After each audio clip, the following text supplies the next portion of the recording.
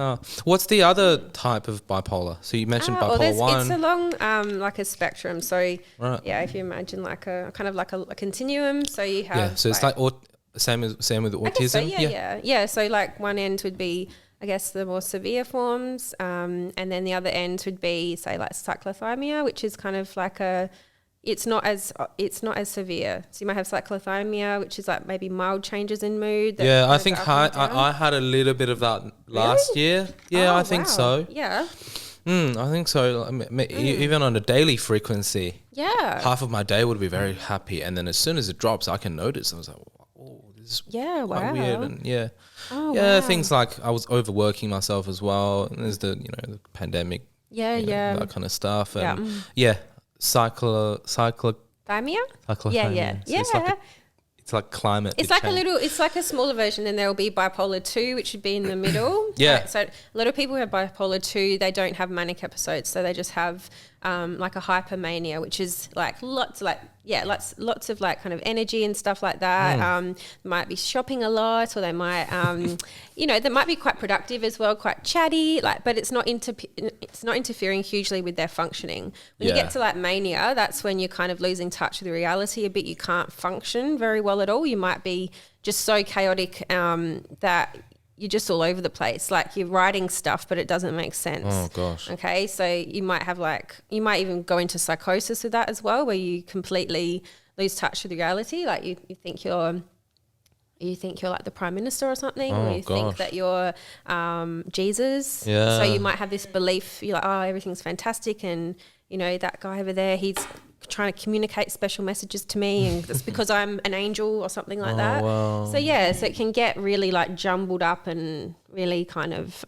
scary, and that's when people often go to hospital as well. Yeah, wow. So, very, very like I was chatting similar things with a psych ward nurse. Yeah. I remember it was 2 years ago when I was teaching. She's one of the members of my community, and she's a psych ward nurse. And she would just tell me all these crazy stories, like people like start hallucinate things and actually materialize that there's a person. It's very real. They see things, Yeah.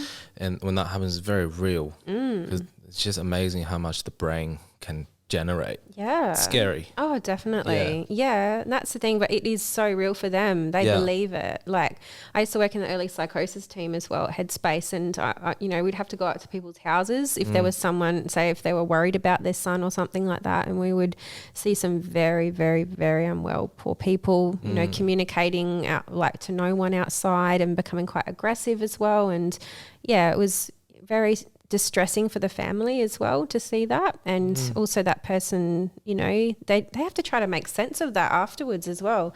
That's a part that often gets forgotten about, is the trauma of that experience of that person, doing things that they didn't realize they were doing and stuff, and you might have damaged relationships because of it as well, and not being able to trust themselves and how they think. That can be a huge thing too for a lot of people.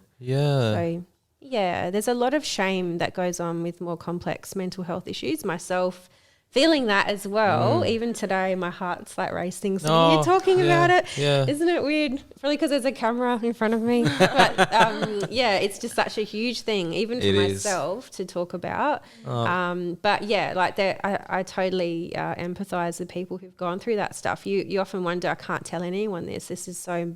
What will they think of me? Like, that's a huge thing. Can I still be a professional and have this? That's highly treated and stable. But it does, just knowing that you have that, and the impact that maybe a diagnosis has on someone and how they see themselves is, I think, really important to acknowledge. Yeah, but I'd say it really, it does one thing. Probably, most likely, they'll feel closer to you, on a level that they understand. Or you really, really fully understand how it feels like. Yeah, I guess, fully relate to what you're talking about. Yeah, I think I get that feeling of shame maybe, or feeling like not good enough, or there's something like kind of like that flaw, you know, like you've got a flaw or something. I can't even think of the right saying for it, but feeling, very flawed, like a dirty secret kind of like that. So I get that part. I think everyone else has got their own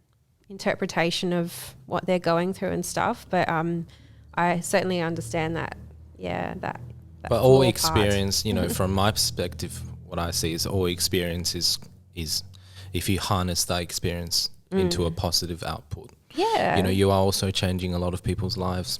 You know, you're making people happy because of that. You know, despite that it's a bad experience. Yeah. But it's the way you we all do this, you know, it's the way we harness our trauma. Yeah. You know, we harness our drive. You know, some people, even in the music world, that people practice crazy hours on their instrument. Why do they do that? Because they, you know, they have a small dirty secret. You know, because they're just responding to that. They're crazy about it, running away from it, and they harness that energy. They become like a freak on the instrument, and they inspire so many people, make people cry and things. You know, wow, yes, it's what we can